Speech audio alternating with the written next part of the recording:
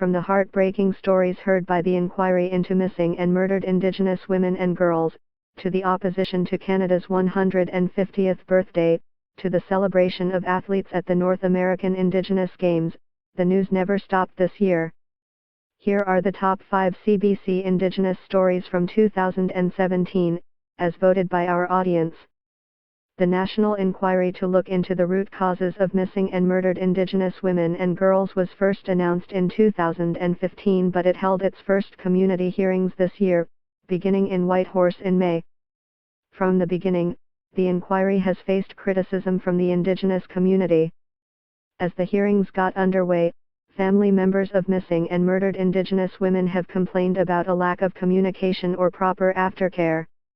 Amid instability of the staffing within the inquiry, there have been repeated calls from Indigenous leadership for an overhaul.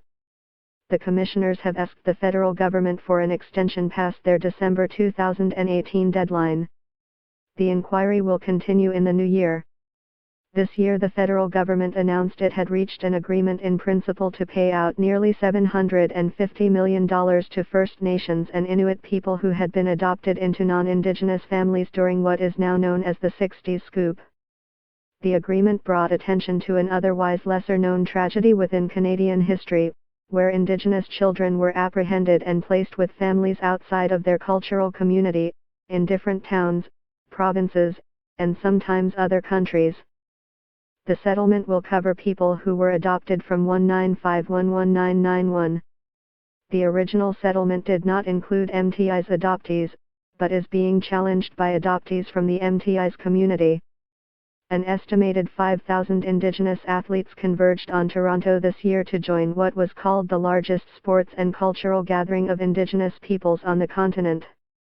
The week-long event saw young athletes from across North America compete in 14 sports including basketball, volleyball and lacrosse. Ontario's Chef de Mission called it a life-changing event for Indigenous youth. In May, a firestorm of controversy was ignited by an editorial inside a special edition of Write magazine featuring up-and-coming Indigenous writers.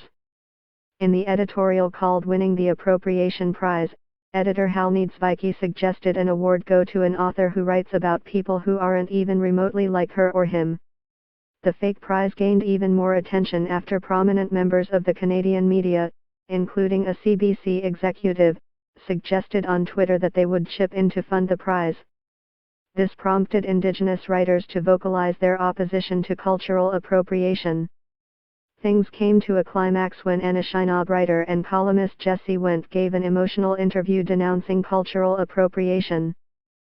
A Toronto lawyer began a campaign to support emerging Indigenous writers, and the campaign was able to raise $140,000. There was just no escaping it.